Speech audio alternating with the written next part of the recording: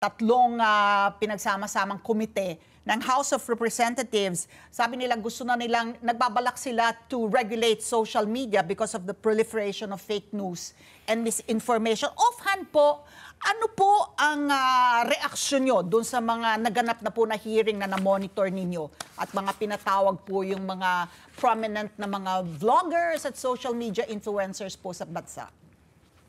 Well, it is good that the congressman conducted a hearing in aid of legislation at nabigyan ng pagkakataon ang mga vloggers at mga iba pang social media practitioners or influencers to air their side. It is very important. Why? Because if we believe the latest surveys, more than one-half of Filipinos depend on social media for their information and news rather than mainstream media, kagaya ng ginagawa natin ngayon, mga newspapers at mga TV or radio stations that are given the privilege to air or to operate in our country.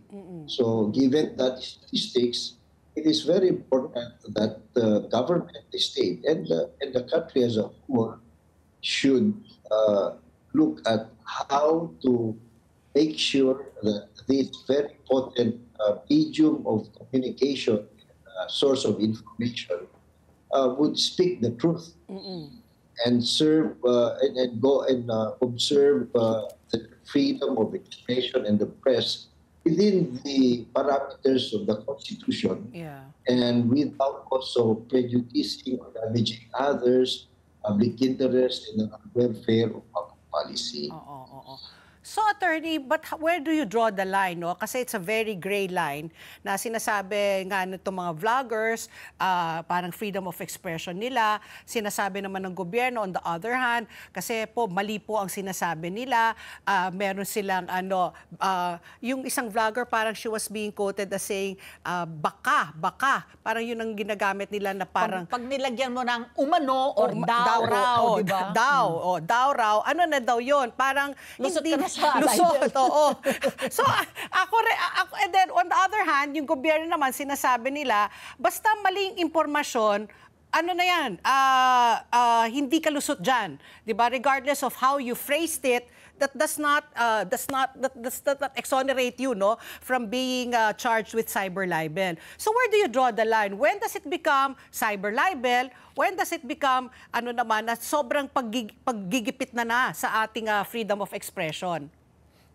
Well, as you notice, no, maganda pinag-uusapan yung nuances kasi malamang ang mga ito kumonsulta na ng abogado, so gumagamit sila ng mga phrases meant to protect themselves from criminal or civil liability. But we have to cut through this legalist. Di ho ba? Dapat malinaw sa ating lahat na, of course, our freedom of expression, press, speech, assembly, these are all lumped together, are constitutionally guaranteed freedoms. Nasa constitution natin yan. So that's number one. At hindi yan basta-basta kikitilin, limitahan, kaya i-prohibit. Pangalawa, it is also settled and we have to understand that our individual freedoms, our human rights, are not absolute. If they, by exercising this, we prejudice others, we commit a crime, we violate the penal laws, or we prejudice the security of the state, national policy, or national interest, then meron naman under the principles of constitutional law, the duty and authority and power of the state, ang tinatawag na police power, to protect the general welfare and to protect the security of the state. So, ito yung binabalanse natin. No? Now, yung mga baka, di umano, sabi ganito, ay, alam mo, we have to be clear, no? Yung fake news, yung kasinungalingan, yung hindi totoo, they're not also covered by the freedom of our freedoms. Yung opinion, kahit mali yan, even if it is minority, even if we don't agree with it, even if it is critical of government, if it is just an opinion, they cannot censor that, they cannot punish that. Pero yung magsasabi ka na ng hindi totoo, yung facts that you claim, di umano, sabi daw, when we start parroting those things, kung minsan nga galing sa'yo, pero sasabihin mo lang daw, hoping that pag ikaw siningil, narinig ko lang daw. But wala nga silang masabing source. When you start telling lies, no?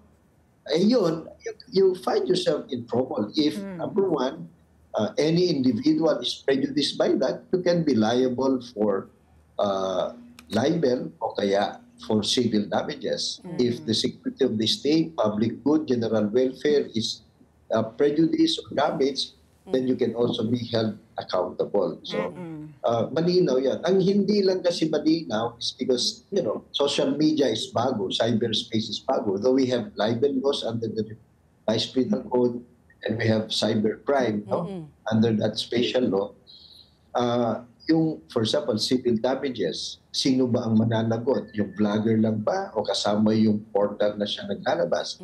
Kung yan ay kinote niya sa another vlogger, yan ba ay sila ba lahat o yung latest lang? So, hindi masyadong malinaw yan. Secondly, even if we have those existing criminal law or civil law remedies, masyadong mabagal ang ating justice system. Correct. Kaya tuloy, yung iba, imbes na i-complain, magkasagutan na lang ng kasinungalingan sa vlog nila. Sa o kaya social media na lang, mag-exchange na lang doon. So it doesn't have, would we want a society where we tolerate yung blatantly false information? Di ba hindi maganda yun? Let's get together, Sunday 25.